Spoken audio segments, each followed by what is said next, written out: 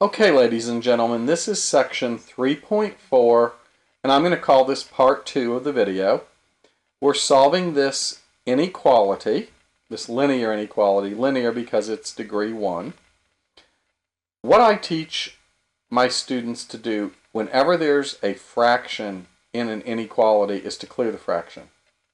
So in this particular case, we notice that the least common denominator, the LCD, is 3. So I multiply every single term on both sides of the equation by 3. That's what I mean when I put the parens around the whole equation. Everything gets hit with times 3 times 3 times 3. 4/3 x times 3 is, let me find my cursor, there we are, is 4x. Negative 2/3 times 3, the 3's cancel, leaving me with negative 2. And negative 1 times 3 is negative 3. So we've made this a very simple inequality. I now add 2 to both sides, resulting in 4x is greater than or equal to a negative 1. And I divide both sides by a positive 4, so there's no reversing the inequality sign. X is greater than or equal to negative 1/4. So the solution set here is any real number greater than or equal to negative 1/4. And again, in section 3.4, set builder notation and interval notation will be stressed for writing the solution set. But for right now, we're interested in solving these inequalities. Alright, the next inequality is very similar to the one we just did, but I like to really drive home the point with fractions. Being an algebra teacher for many years, one of the biggest issues is getting the student to start the problem correctly. And when an inequality involves fractions and a denominator, you should clear them. Well, the least common denominator here is also a 3. 3 times 4 is 12. 3 times the opposite of 3x is a negative 9x. And when I multiply the right-hand side by 3, which is really 3 over 1, the 3's cancel. That's kind of the Gazinta rule for algebra, or for multiplying. 3 goes into 3, kind of a joke, haha. And we're left with a negative 2. At this point, I want to get my variables on the left, so I'm going to subtract 12 from both sides. That leaves me with the opposite of 9x is less than or equal to a negative 14.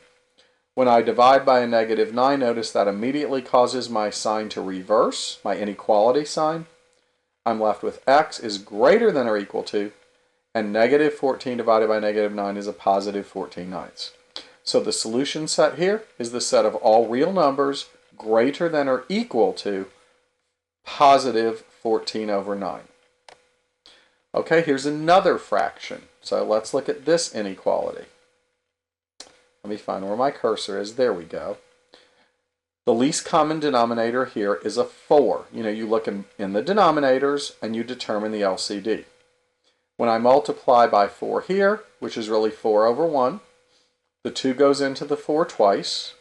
I then distribute the 2 to 5 minus 2x. When I do that, I get 10 minus 4x.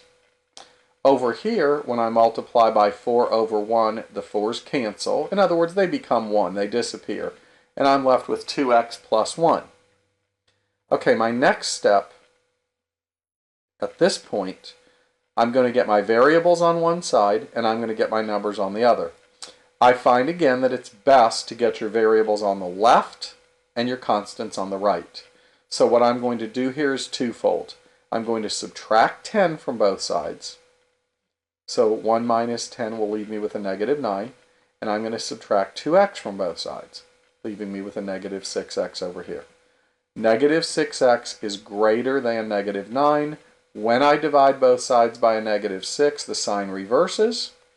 Negative 9 divided by negative 6 reduces to 3/2. Therefore, my solution set is any real number x that is less than 3/2. Okay, and one more example on this video. Let me scroll down if I can here. Here we go. Okay, a very important thing to remember here, okay? And this is extremely important to remember. You basically here have this, where I'm pointing, this is one term. This 3 halves x minus 4 is in a bubble. It's in parens, so that is one term. And 1/2 times the quantity x plus 1 is one term. Whenever you see a minus inside a bubble, i.e. inside parens, or a plus inside a bubble, that does not constitute a new term. That's just, this is being multiplied, and this is being multiplied, this is one entity. The minus outside the bubble, or the parens, if you want to refer to it that way, indicates that's a new term. The reason I need to know how many terms I have is that will tell me how many times to multiply through by my LCD.